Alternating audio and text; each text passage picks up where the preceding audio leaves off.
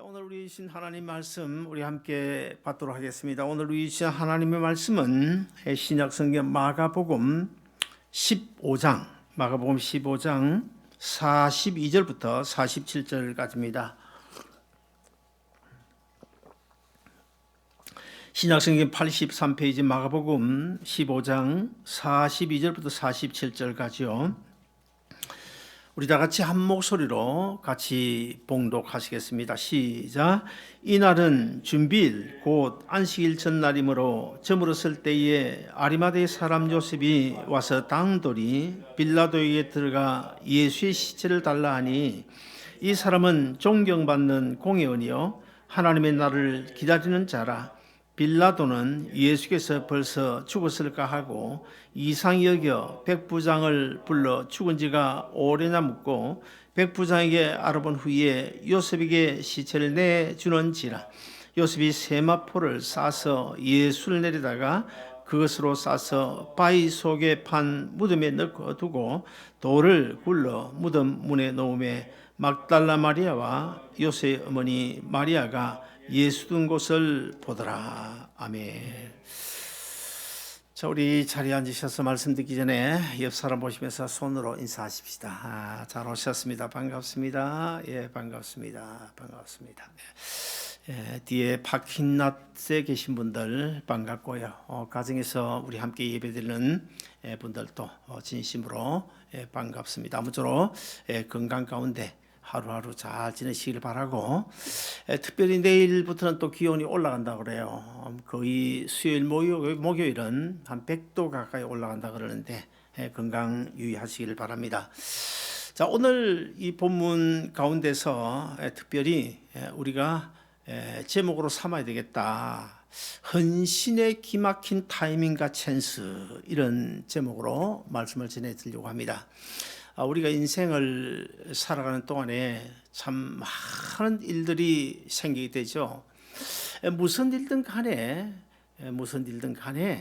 적절한 타임이 있어요. 이 일을 해야 될 것인가 안 해야 될 것인가, 아주 저돌적으로 밀고 나가야 될 것인가 아니면 포기해야 될 것인가 하는 이 적절한 그 타임이 있습니다. 그리고 우리가 꼭 붙잡아야 될 저의 찬스가 있다는 사실 우리가 잘 알고 있죠. 그래서 우리 주위를 돌아다 보면 아주 기막힌 타이밍 그리고 저의 찬스를 잘 붙잡아서 비즈니스가 성공하는 그런 경우도 우리가 볼 수가 있고, 반면에 이 타이밍을 맞추지 못하고 저의 찬스를 잡지 못해서 비즈니스에 실패하는 사람들도 들어 있습니다. 저는 과거에 그 한국에서 발명가였습니다. 한 18건의 특허를 내고 제품을 생산하고 판매했던 적이 있는데요.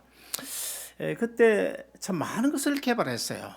예를 들자면 지금 우리가 창문을 닫으면 자동으로 탁 닫으면 자동으로 잠기잖아요. 그 제가 1980년대 초에 제가 개발했어요.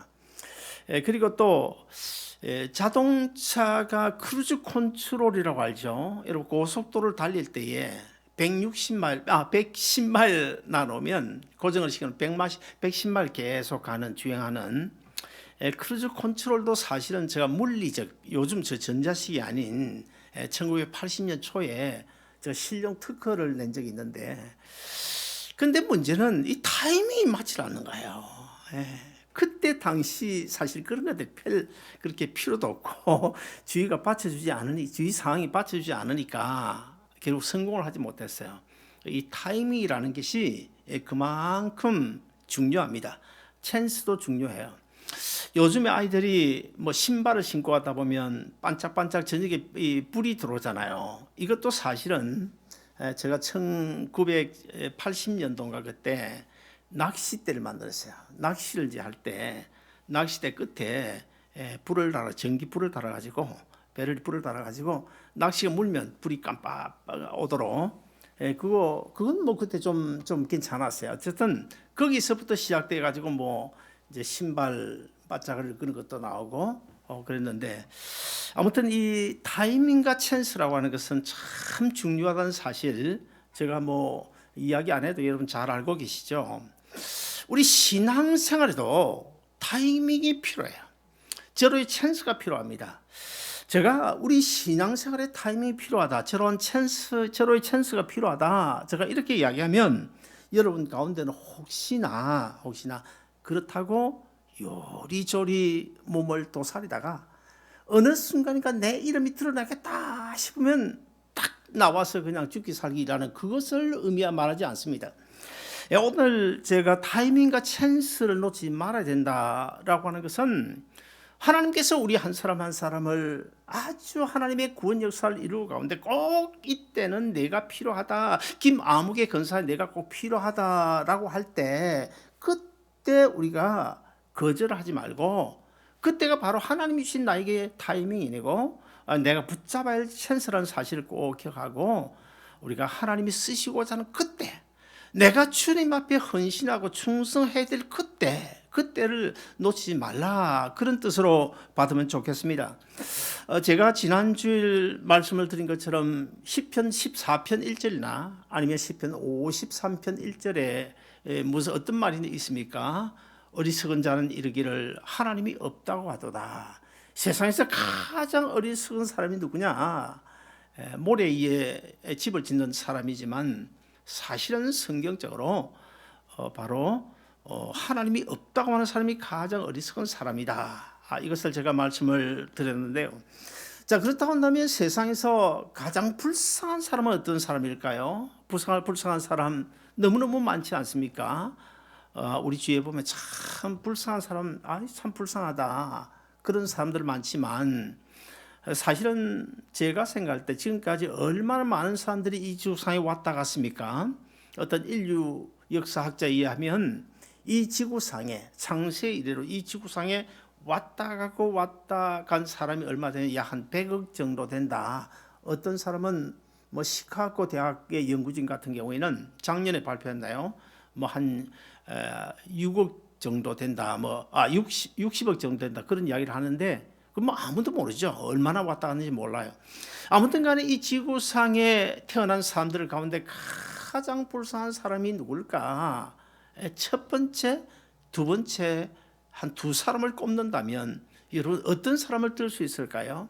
우리가 일반적으로 히틀러 같은 사람도 참 불쌍하다, 그런 생각이 들고, 아니면 저 이북의 김일성 같은 사람도 참 불쌍한 사람 아니냐, 이렇게 생각할 수 있지만 저는 그들보다 더 불쌍한 사람, 이 지구상에서 태어난 사람들 중에 가장 불쌍한 사람 두 사람을 꼽는다 한다면 첫 번째는 예수님의 12 제자로 부름을 받고서도 그 귀한 자리, 예수님의 12 제자의 그 자리가 어떤 자리입니까? 성경에 보면 나중에 우리 주님께서 이 세상을 심판으로 오실 때에 하나님 나라가 완성이 될 때 하나님 나라에서 주님과 한 상에서 먹고 마시며 다스리게 될, 천국을 다스리게 될 그런 정말 엄청난 축복이 주어진 자리가 바로 예수님의 12 제자의 자리인데, 가룟 유다의 경우에는 그 귀한 축복의 자리, 그 귀한 자리를 어떻게 제 발로 차버리고 멸망당하는,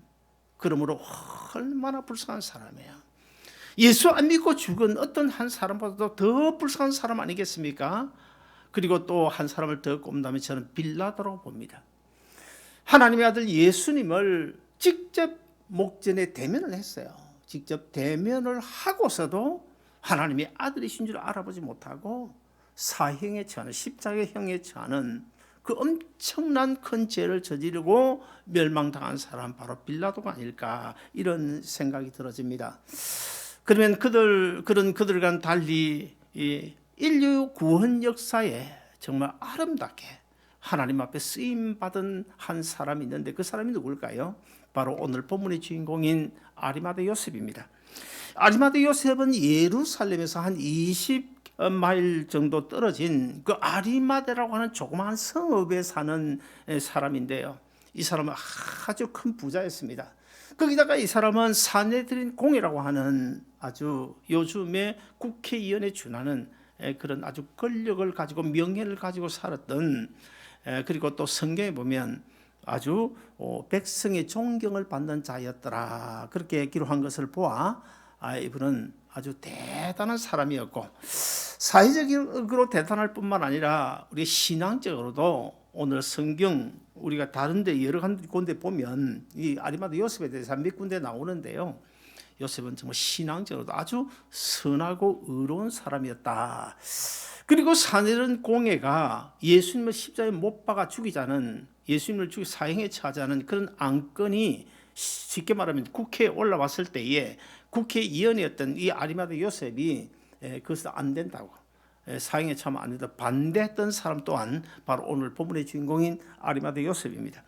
자, 오늘 본문 43절에 보시면 이 아리마다 요셉을 가리켜서 하나님의 나라를 기다렸던 자였다 그렇게 말씀하고 있고, 그리고 요한복음 19장에 가서 보면 예수님의 제자였다 그렇게 소개하고 있어요.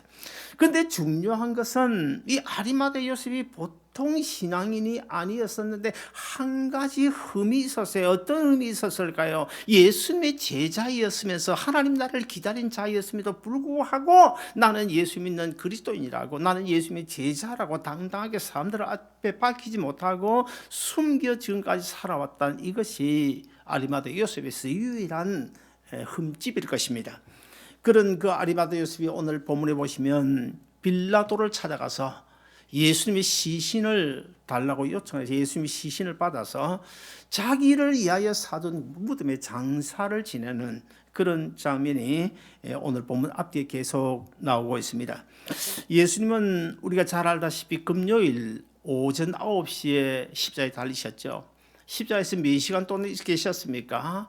6시간 동안 계셨는데 그 시간이 바로 오후 3시고, 오후 3시에 예수님께서 말할 수 없는 그 물과 피를 흘리시고 고난 고통을 당하시다가 결국 6시간이 지난 오후 3시에 뭐라고 말씀하십니까? 다 이루었다. 무엇을 이루었다는 것입니까? 하나님의 구원, 인류 구원 역사를 성취하셨다, 이루었다는 거예요. 십자가 죽음으로. 그리고는 이제 운명을 하셨는데 하나님께서 계획하신 그 인류 구원 역사가 아주 절정을 이루는 그 시간에 갈보리 언덕 십자가에 우리 주님께서 6시간 만에 운명하시는, 하나님의 구원 역사를 성취하시고 운명하시는 바로 그 순간 그 자리에 누가 있어야 됩니까? 우리가 당연히 예수님의 12제자가 지키고 있어야 되지 않겠습니까? 그럼에도 불구하고 우리가 성경을 자세히 보면 요한 외에 다른 제자들은 여기저기 다 놀래가지고 숨어 도망가 버리고 여인들만 그 십자가 밑에서 울고 있었습니다. 유대 나라는 금요일 오후 6시부터 이제 안식일이 시작이 되죠.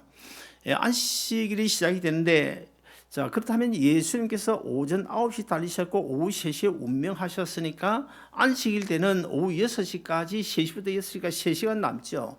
그 3시간 동안에 십자가에 달려 계신 예수님의 시신을 이제 수습해서 처리를 해야 됩니다. 만약의 경우에 오후 6시부터 안식이 시작되는데 그때까지 예수님 시신을 십자가에서 내려서 이렇게 수습하지 않으면 결국은 안식이기 때문에 아무것도 손을 댈 수가 없잖아요. 그래서 안식일이 끝날 때까지 십자가에 예수님이 달려 계셔야 되는데, 그러면 어떤 문제가 생기겠습니까? 어쩌면 독수리가 찾아올 수도 있고, 참 하나님의 아들 예수님이 이 땅에 오셔서 우리의 모든 죄를 짊어지고 십자가에 달려 죽으신 것도 얼마나 참 숭고한 일인데 마지막에 그 험한 꼴을 당해야 되겠습니까? 자, 그런 상황 속에 오늘 본문에서 누가 등장합니까? 이 아리마다 요셉이라는 사람이 등장을 해요. 아리마다 요셉이 예수님이 지금 십자가에 달려 운명하는 그 순간 예수님이 시신을 수습하기 위하여 나타난 이 아리마다 요셉, 어떤 면에서는 아마 불 꺼진 무대를 밝히고 있는 반딧불과 같은 그런 존재였다, 그렇게 볼 수가 있고요. 십자가에 달려 죽으신 주님을 위해서 아무도, 누가 아리마다 요셉에게 그런 기대를 했겠습니까? 아무도 기대하지 않았는데 아리마다 요셉이 갑자기 나타나서 그 중요한 시기에 예수님의 시신을 수습해서 장사를 지내는 정말 숨은 헌신과 봉사자로 오늘 본문에 등장하고 있습니다. 요한복음 19장 38절에 보시면 사도 요한이 이 아리마다 요셉에 대하여 이렇게 증언을 하고 있어요. 아리마다 사람 요셉은 예수의 제자였으나 유대인이 두려워 그것을 숨기더니, 아까도 제가 말씀드렸지만 이 아리마다 요셉은 예수를 분명히 믿는 사람이었는데 결국 한 가지는 뭐예요? 한 가지는 국회의원이라는 이런 어떤 정치적인 입장 그리고 사회적인 체면 뭐 이런 것들 때문에 당당하게 나는 예수님의 제자라고 밝히지 못하고 숨어 예수를 믿고 있었다. 참 떳떳하지 못한 신앙생활을 하고 있었다는 것입니다. 여러분 어떻습니까? 아리마대 요셉만 그럴까요? 오늘 우리는 그렇지 않습니까? 오늘 이 자리에 계신 우리 가운데는 우리 아름다운 동산교회는 그런 분이 없다고 저는 분명히 믿습니다. 그러나 사실 직장에 가서 나는 예수 믿는 사람이라고 당당히 밝히지 못하고 친구들 앞에서도 당당히 밝히지 못하고 술자리에서도 거부하지 못하고 또 어떤 경우에는 우리가 흔히 볼 수 있는 일 아닙니까? 옛날에 한번 LA 어느 식당에 갔는데 제가 분명히 잘 아는 장로님이세요. 어느 교회 장로님이신데 식당에서 밥을 어떤 몇 분하고 밥을 가만히 보니까 친구는 아닌 것 같고 어떤 거래처 같이 밥을 먹으러 오는 것 같은데 거의 동시에 들어가서 자리에 앉았어요. 우리 이쪽에 저쪽에 앉았는데 그래서 본 듯 싶어서 누군가 하고 보고 있는데 마침 이제 앉아서 음식을 갖다 놓고 기도하는 시간이었어요. 그런데 그 장로님이 기도를 했는데 머리를 숙이고 눈을 감고 그래도 뭐 입은 안 벌리더라도 이렇게 기도해야 되지 않습니까? 그런데 슬그머니 머리더니 뭐 눈을 가지고 밥을 먹는 이런 장면 봤어요. 뭘까요? 예? 주위 사람들 보기에 당당하게 떳떳하게 나는 그리스도인이라고. 그렇다고 해서 우리가 또 식당에 가서 흔히 이런 경우도 보지 않습니까? 그냥 며칠 와서 기도를 시켰더니 그냥 장시간을 큰 소리로 그냥 한 뭐 5분씩 3분씩 이렇게 기도한 이것도 하나님의 영광을 사실은 드러내는 것이 아니고 어쩌면 소리겠지. 때와 장소를 가려서 우리가 어떻게 하면 복음이 효율적으로 전해질까, 거부감 없이 효율적으로 전해질 수 있을까, 이걸 먼저 염두에 두고 우리가 행동을 해야 된다는 것입니다. 사랑하는 여러분, 오늘 본문 43절에 보시면 아리마대 요셉이 빌라도를 찾아가서 예수님의 시신을 내어달라고 요청하는 장면이 나오는데 우리 43절 같이 한번 읽어보시겠습니다. 시작. 아리마대 사람 요셉이 와서 당돌이 빌라도에게 들어가 예수의 시체를 달라 하니 이 사람은 존경받는 공회원이요. 자, 아리마대 요셉이 빌라도에 찾아가서 빌라도가 어떤 사람입니까? 로마가 파송한 유대 나라의 총독입니다. 대단한 권력자입니다. 그런 빌라도에게 오늘 본문 43절 보면 요셉이 와서 당돌이 빌라도에게 들어가. 당돌이. 자, 당돌이가 무슨 뜻일까? 제가 헬라 사전에 찾아보니까 톨마오라는 단어를 썼는데 이 톨마오가 어떤 뜻이냐? 죽음을 각오한 극단적인 행동을 이야기합니다. 죽음을 각오한 극단적인 행동. 자, 아리마대 요셉은 지금 사내들인 공회 회원이라고 했습니다. 국회의원이라고 했습니다. 그래서 정치적으로 잘못하면 매장될 수 있는 그런 처지였고, 그리고 사회적으로도 바리새인들이 득세하고 있는 그 유대 나라 사회적으로 잘못하면 돌맞아 죽을 수도 있는, 그래서 아주 죽음을 각오한 극단적인 행동. 아무나 빌라도에게 찾아가서 예수를 내어달라고, 내 가족도 아닌 예수를 내어달라고 하는 이것은 너무너무 무모한 행동이었다는 거예요.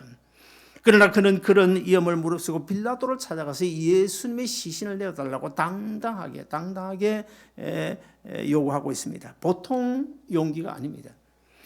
자, 그러면 아리마대 요셉이 어떻게 그런 목숨을 걸고 그런 행동을 할 수 있었을까? 그 이유를 우리가 찾기 위해서는 요한복음 19장 38절을 보시면 이 일 후에 아리마대 요셉이 이렇게 했다. 이 일 후에가 무슨 뜻일까? 어떤 일 말입니까? 아리마대 요셉이 예수님께서 십자가에 달려 죽으시는 것을 멀찌감치서 바라보고 있었는지 그건 아무도 몰라요. 아무튼 간에 예수님께서 십자가에 달려 죽으시는데 모든 인류에, 심지어는 아리마대 나의 죄까지 짊어지고 십자가에 저렇게 고통 가운데 죽으신 것을 보는 순간에 아마 성령님이 감동하셨겠죠. 그래서 이 아리마대 요셉은 그 주님의 귀한 사랑, 그 십자가의 사랑, 그 사랑이 그만 지금까지, 그러니까 사회 체면, 그리고 정치적인 입장 이런 것 때문에 숨기고 예수를 믿어왔는데 더 이상 숨기고 있을 수가 없다는 것입니다. 이제는 더 이상 내가 이렇게 살 수는 없다. 살 수는 없다. 그래서 그 후에 아마 이 아리마다 요셉의 심경에 아마 변화가 일어났던 것 같습니다. 여러분 그 사랑이라는 찬양 여러분 들어보셨죠?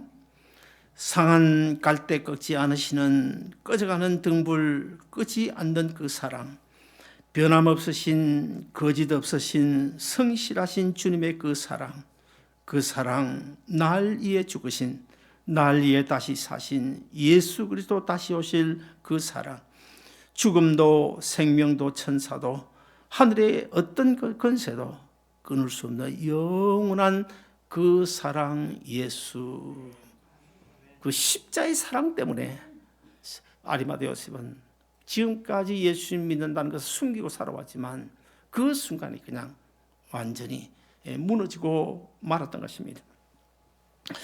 아마도 아리마다 요셉은요 그 십자의 사랑 때문에 더 이상 숨기고 살 수가 없었던 것 같아요. 사랑하는 여러분, 성경에 보시면 예수님께서 이런 말씀하셨습니다. 너희가 사람 앞에서 나를 시인하면 나도 아버지 앞에 가서 너희를 시인하겠다. 이 말씀을 여러분 거꾸로 한번 바꿔 말하면 어떤 말이 될까요? 너희가 사람 앞에서 나를 부인하면 나도 하나님 아버지 앞에 가서 너희를 부인하리라. 무서운 말씀이죠. 얼마나 무서운 말씀입니까? 그래서 우리는 제가 구원론할 때 믿음을 설명하면서 지정의, 알고 있는 것만이 믿음이 아니다. 내가 그렇다고 깨달은 것만이 믿음이 아니다. 어떻게 되고요? 삶의 현장에서 행동으로, 삶의 행위로 나타날 그때 의지적인 행위로 나타날 때 온전한 믿음이 된다. 그렇게 말씀을 드린 적이 있습니다. 예수님이 십자가에 죽으신 것을 보는 그 순간에 갑자기 아리마다 요셉에게 그냥 예수님 불쌍한 마음이 들어서 빌라도에게 나가서 예수님의 시신을 달라 그렇게 했던 것은 분명 아니고, 어쩌면 이 사건 속에 아리마다 요셉의 마음 속에 성령님이 분명 감동을 주셨는데 지금까지 숨기고 있던 것이 완전히 십자가 밑에서 무너져버리는 그런 경험 가운데서 이제는 새로운 결단, 새로운 다짐이 나오게 되는데 그 가운데 성령님이 역사하셨는데 그 성령님의 역사는 분명 하나님의 인류 구원 역사를 이루는 가운데 꼭 필요한 그 순간에 아리마다 요셉의 특채로 특별히 이렇게 부름을 받아서 쓰여진 것이 아닐까. 자, 그렇다고 한다면 아리마다 요셉이 오늘 본문에 등장한 이유가 뭘까요? 왜 아리마다 요셉이 빌라도에 가서 예수님의 시신을 내달라고 하고 죽음을 각오하고 그렇게 해서 또 자기 무덤에다가 장사를 지낸 것일까? 이 사건, 아리마다 요셉이 등장한 이 사건에는 엄청나게 중요한 놀라운 그 구원의 진리가 거기에 숨겨져 있는데, 사실 예수님 그 당시에도 별의별 소문이 다 돌았습니다. 예수님이 죽지 않았는데 죽었다고 한다는 둥, 3일 만에 살아나지 않았는데 살아났다고 한다는 둥, 여러 가지 많은 그런 십자가의 죽음과 부활에 대한 그런 이유가 많이 생겼어요. 사실은 이것을 예수님의 제자들이 예수님께 십자가에 달려 죽으시고 예수님의 시신을 인수해서 그리고 장례를 지내고 그런 가운데 빈 무덤을 남기고 그래서 십자가 부활의 증인 노릇을 해야 되는데 예수님의 12 제자가 하지 못하니까 하나님께 특별히 이 아리마다 요셉을 들어 사용하셨던 것인데, 그 당시에는 예수님이 십자가에 죽으시고 부활했다는 사실을 거짓말을 하고 지어낸 이야기라고 그런 이야기들이 온 세상에 떠들고 있었습니다. 그런데 아리마다 요셉이 로마 총독 빌라도를 찾아가서 예수님이 십자가에 달려 죽으신 것을 확인하도록 했어요. 빌라도로 하여금 확인하도록 했다는 거예요. 자, 우리 오늘 본문 44절, 45절 같이 읽어보실까요? 다 같이 읽습니다. 시작. 빌라도는 예수께서 벌써 죽었을까 하고 이상히 여겨 백부장을 불러 죽은 지가 오래냐 묻고 백부장이 알아본 후에 요셉에게 시체를 내어주는지라. 자, 아리마대 요셉이 빌라도에게 찾아서 예수님이 시신을 좀 나에게 내어 주시오 하고 부탁할 때 백부장이 어떻게 했습니까? 백부장이 예수가 벌써 죽었을까? 그래서 백부장을 불러요. 롬의 백부장을 불러가지고 확실히 죽었는지 살았는지 확인해보라. 그런 다음에 이제 확실히 죽었다고 하는 사실을 이 백부장도 그리고 빌라도 총독도 확인을 한 다음에 예수님의 시신을 이제 아리마대 요셉에게 내어주는 겁니다. 자, 그러므로 이 말씀 가운데서 첫째, 하나님은 예수님이 십자가에 죽으신 것이 지어낸 사건이 아니라는 사실을 전 세계에 확인시켜 주기 위하여 누구를 동원했습니까? 첫째는 아리마대 요셉을 동원하고 아리마대 요셉을 통해서 그다음 누구를요? 빌라도로 하여금 확인하게 해서 확실히 십자가에 달려 죽었다라고 하는 사실을 확인시켜 주시기 위한 그런 사명을 이 아리마대 요셉에게 주었다는 것입니다. 왜 그럴까요? 로마 총독이라는 그 엄청난 영향력이 있는 사람이 빌라도이기 때문에, 그러므로 빌라도가 예수님이 십자가에 달려 죽었다는 것을 확인하면 그대로 인정되기 때문에. 그 다음에 두 번째, 하나님은 아리마대 요셉으로 하여금 빈 무덤의 신비, 사실 무덤은 사람이 죽은 시체가 있어야 되는데 빈 무덤이다. 그 너무너무 신비로운 것 아닙니까?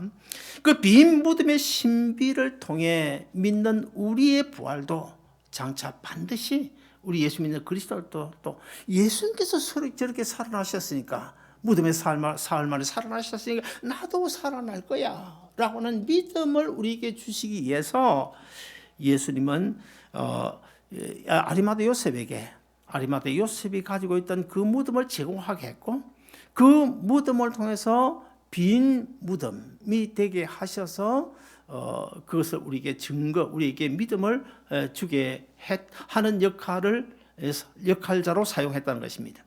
왜 그렇습니까? 여러분, 자, 예수님의 부활이 증거되기 위해서는요, 무덤이 있어야 됩니까? 없어야 됩니까?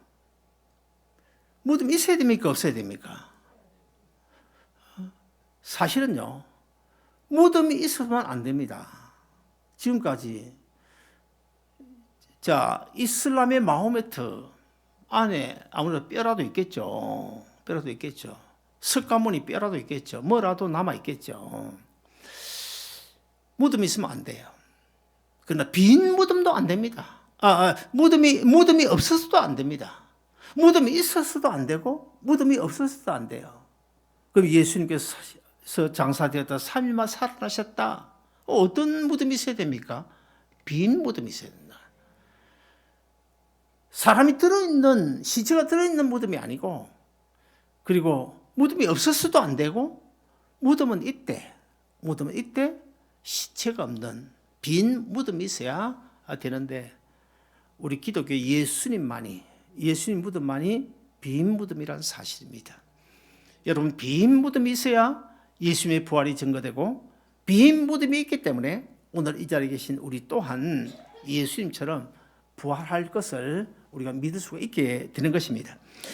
그래서 하나님은 아리마대 요셉으로 하여금 자기 무덤을 제공하게 하고, 그 무덤에 예수님이 장사되었다가 부활하신 뒤에 빈 무덤이 남게 해서 우리가 매일 주일마다 암송하는 것이 뭡니까? 사도신경 아닙니까? 그 사도신경에 보면 사흘 만에 죽은 자 가운데 살아나시며 라는 그 신앙 고백이 지금 2000년이 지난 지금까지 우리가 매일 하는 신앙 고백 속에 남게 하셨고, 그리고 둘째는 빈 무덤을 통해서 예수 믿는 사람도 장차 부활하게 될 것을 증거하기 위하여 하나님의 놀라운 구원 계획 속에 특별하게 채용된 사람이 아리마대 요셉이고, 또 아리마대 요셉의 입장에서 보면 정말 너무나 귀한 인류 구원 역사 가운데 가장 중요하고 적절한 타이밍에 하나님이 주신 그 찬스를, 절호의 찬스를 놓치지 아니하고 그대로 활용해서 쓰임받아서 하나님 앞에 놀라운 그런 역할을 감당했다는 것입니다. 이 아리마대 요셉에 대해서 전에 내려오는 전설이라고 할까요? 그런 이야기가 하나 있는데, 이 아리마대 요셉이 자기가 이제 자기를 위해서 무덤을 준비하는데 거기다가 예수님을 장사 지내지 않았습니까?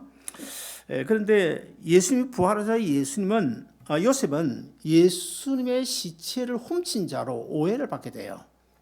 분명히 아리마다 요셉 자기 무덤에 장사를 지내는데 사흘 후에 뭐 로마 군병이나 누구나 다 와서 보면 시체가 없잖아요. 시체 없으니까 이 아리마다 요셉이 자기가 빼돌렸다. 그래가지고 오해를 받게 돼요.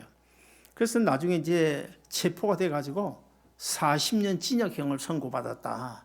그런 이야기 어디까지나 설입니다. 그런 이야기가 저는 사실인지 아닌지 그건 정확히 알 수가 없고요. 아무튼 간에 이 아리마다 요셉은 하나님의 구원 역사에 없어서는 안 될 너무나 귀한 십자가 부활의 진리를 후세 사람들에게 증거하기 위한 그런 정말 하나님의 종으로 쓰임 받게 되어졌다는 사실입니다. 여러분 구약 성경 에스더서 6장 7장에 보시면 히브리 민족이 악한 하만에 의해서 다 지금 전멸당하게 되어 있죠. 내일 되면 뭐 다 전멸당하고 모르드게 같은 사람이 뭐 높은 장대에 달려 죽게 되고 그런 상황 속에 하나님께서 하루 전날 밤에 아수에로 왕에게 불면의 고통을 주셔서 그 불면의 고통 가운데 역대 일기를 잃게 되고 그리고 과거에 모르드게 어떻게 했는지를 알게 되고 자 그래서 이제 그 날 밤에 하나님께서 놀란 그런 특별한 간섭을 하셨는데 그 하나님께서 그 아수에로 왕에게 불면의 고통을 주신 그 놀라운 간섭을 통해서 히브리 민족을 구원하려고 하는 그 역사 가운데서 그 다음 날 당일 가장 귀하게 쓰임 받은 사람이 누군지 아십니까? 에스더입니다. 에스더가 왕 앞에 죽으면 죽으리다 목숨을 내놓고 오늘 본문의 아리마다 요셉처럼 죽음을 각오한 그런 그런 행위로 에스더가 그 절호의 타이밍 아주 기막힌 그 타이밍과 간섭 그리고 또 찬스를 잡아가지고 귀하게 쓰임 받음으로 유대인들이 다 살아나게 되고 나중에 그 혈통을 통해서 예수 그리스도가 구원주로 이 땅에 오게 되는 그 놀라운 역사를 이루지 않습니까? 자, 그것뿐만 아니고 요한복음 12장이나 아니면 마태복음 16장에 보시면 26장이죠. 26장에 보시면 그 마리아의 헌신 장면이 나오죠. 마리아가 옥합을 깨뜨려 자기 머리털로 예수님 발에 그 기름을 부어 씻는 그런 장면이 나오지 않습니까? 자, 그때 예수님께서 그 마리아를 뭐라고 칭찬하셨습니까? 내 장례를, 내 장사를 위해서 참 귀한 일을 한다. 그렇게 칭찬하시고는 그 다음에 뭐라고요? 장차 내가 이 땅에 올 때까지 전 세계에 복음이 전해지는 곳곳마다 이 마리아의 헌신의 이야기가 반드시 같이 전해져야 될 것이다. 그런 놀라운 축복을 하게 되죠. 자, 그러면 마리아가 향유 옥합을 깨뜨려서 기름으로 예수님의 발을 씻었는데 그것을 가리켜서 예수님 왜 내 장례를 위해서 준비하는 것이라고 이야기했을까요? 왜 그랬을까요? 여러분 구약시대에 기름을 어떤 사람이 붓습니까? 선지자를 세울 때 머리에 기름을 붓습니다. 제사장을 세울 때 머리에 기름을 붓습니다. 왕을 세울 때 머리에 기름을 붓습니다. 이 마리아가 향유 옥합을 깨뜨려서 그 기름을 예수님의 발에 부었는데 예수님께서 내 장례를 위한 것이라고 이야기했던 이유가 뭘까요? 거기 어떤 이야기가 어떤 뜻이 숨겨져 있을까요? 예수님이 이 땅에 어떤 자격으로 오셨습니까? 인류를 구원하기 위한 제사장의 자격으로 오셨습니다. 선지자의 자격으로 오셨습니다. 만왕의 왕의 자격으로 오셨습니다. 예수님께서 이제 3년 공생을 끝나고 십자가에 달려 죽으심으로 그때부터 이 하나님의 구원 역사 성취되는 그 순간에 예수님은 십자가상에 죽는 그 순간에 대제사장의 역할이 감당되고 그리고 그 십자가의 복음이 전 세계에 전해지게 되는 선지자의 직분이 감당하게 되고 그리고 그 이후로 예수 믿는 모든 우리 성도들의 만왕의 왕이 되는 그런 놀라운 뜻이 마리아가 쏟아본 그 기름이라고 하는 그 뜻에 숨겨져 있기 때문에 예수님께서 내 장례를 위해 준비한 것이라고 했고 그리고 천하만국에 복음이 전파되는 곳에는 이 여인의 이야기 꼭 빠뜨리지 말고 해라 그렇게 분부하게 된 것입니다. 자, 그렇다고 한다면 이 마리아 역시 오늘 본문의 아리마대 요셉처럼 에스더처럼 얼마나 자기에게 주어진 그 기막힌 타이밍, 절호의 찬스 놓치지 않았어요.